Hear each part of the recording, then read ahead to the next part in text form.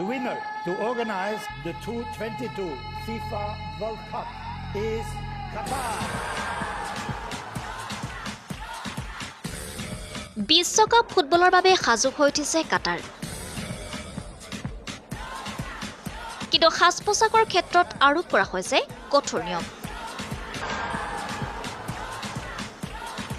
কান্ধ আৰু আঁঠু ঢাকি পিন্ধিব লাগিব কাপোৰ। অন্যথাই হ'ব পাৰে জেল। সাজ-পোছাকৰ ক্ষেত্ৰত কঠোৰ আয়োজক কমিটি। ইয়াৰ বাবে জাৰি কৰা হৈছে কঠোৰ নিয়ম।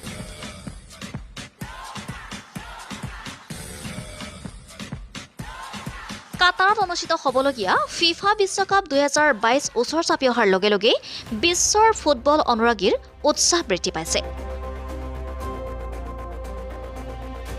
দীৰ্ঘদিনীয়া প্ৰস্তুতিৰ অন্তত 20 নৱেম্বৰৰ পৰা কাটাৰত আৰম্ভ হ'ব ফিফা বিশ্বকাপ। আৰু ইতিমধ্যে বিশ্বৰ বহু দেশৰ পৰা অলেখ ফুটবল অনুৰাগী কাটাৰত উপস্থিত হৈছে।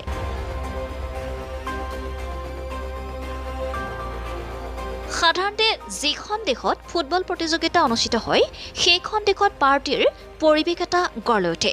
কিন্তু ৰক্ষণশীল নিয়মৰ অধীনত চলা ইছলামিক দেশখনত আতিথ্য দিয়াৰ ক্ষেত্ৰত এইবাৰ পৰিস্থিতি কিছু সলনি হ'ব পাৰে।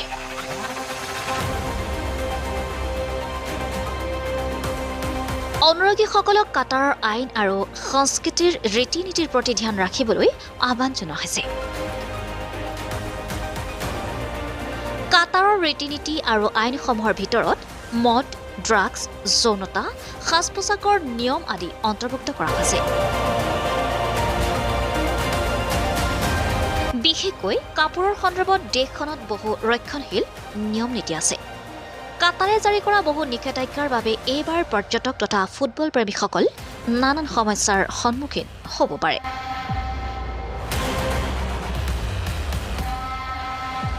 সাজ-পোছাক পিন্ধাৰ ক্ষেত্ৰত এইবাৰ ফুটবল প্ৰেমীসকল যথেষ্ট সাৱধান হ'ব লাগিব।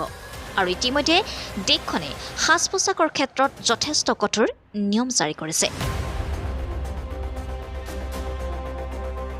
আন দেশৰ পৰা কাটাৰলৈ অহা অনুৰাগীসকলক শৰীৰৰ ঢাকি কাপোৰ পিন্ধিবলৈ নিয়ম জাৰি কৰিছে।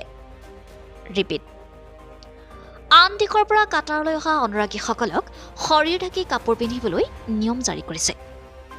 কাটাৰৰ আইন অনুসৰি যদি কোনোবাই এই কাম নকৰে আৰু তেওঁৰ কাপোৰ যদি অশালীন হয় বা তেওঁৰ শৰীৰৰ বেছিভাগ অংশই যদি দেখা পোৱা যায় তেন্তে তেওঁ জেললৈও যাব লগা হ'ব পাৰে।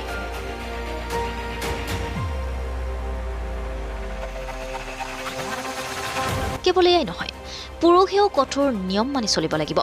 যদি পুৰুষে টি-চাৰ্ট সম্পূৰ্ণৰূপে খুলি পেলায় তেন্তে তেওঁলোকক জৰিমনা বিহা হ'ব আৰু আনকি জেললৈও যাব পাৰে।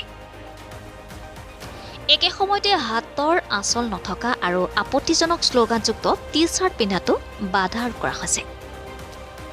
কাটাৰ চৰকাৰ পৰ্যটন ৱেবছাইটৰ মতে কাটাৰত সাজ-পোছাক স্বাভাৱিক। দেহা প্ৰদৰ্শন নোহোৱা যিকোনো কাপোৰ সকলোৱে পিন্ধিব পাৰিব। স্থানীয় সাংস্কৃতিক সন্মান জনাবলৈ আহ্বান জনোৱা হৈছে প্ৰতিজন ফুটবল অনুৰাগীক। পুৰুষ মহিলাক কান্ধ আৰু আঁঠু ঢাকি ৰাখিবলৈ পৰামৰ্শ দিয়া হৈছে। ফিফাৰ ৱেবছাইটেও এই কথা পুনৰবাৰ উল্লেখ কৰি কয় যে মহিলাসকলে নিজৰ ইচ্ছামতে দেহা প্ৰদৰ্শন নোহোৱা যিকোনো কাপোৰ পিন্ধিব পাৰিব। তেওঁলোকে কাটাৰৰ কঠোৰ আইন মানি চলিবই লাগিব, অন্যথা ভুগিব লাগিব জেল।